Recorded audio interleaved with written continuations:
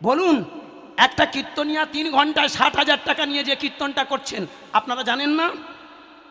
সেই তত্ত্বগুলো আপনারা জানেন না? জানেন। 3 ঘন্টায় 60,000।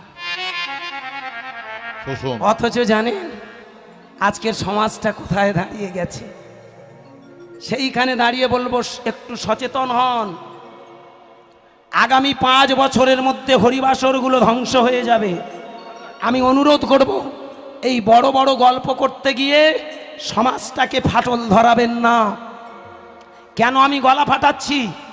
আমি এই কথাগুলো বলি বলে অনেক কীর্তনিয়া আমাকে ফোন করে বলেছে, গুরুদাস তুমি যে কথাগুলো বলছো, যোগ্যতা না থাকলে ওদের টাকা দেয়? একটা বর্ধমানের কীর্তনিয়া উইথিন ক্যামেরার সামনে বলতে দ্বিধা নেই, আমি তাকে বলেছিলাম, বাপের বেটা হস্ত সামনে আয়, শালা একটা গান তুই শিখেছিস আর আমি কটা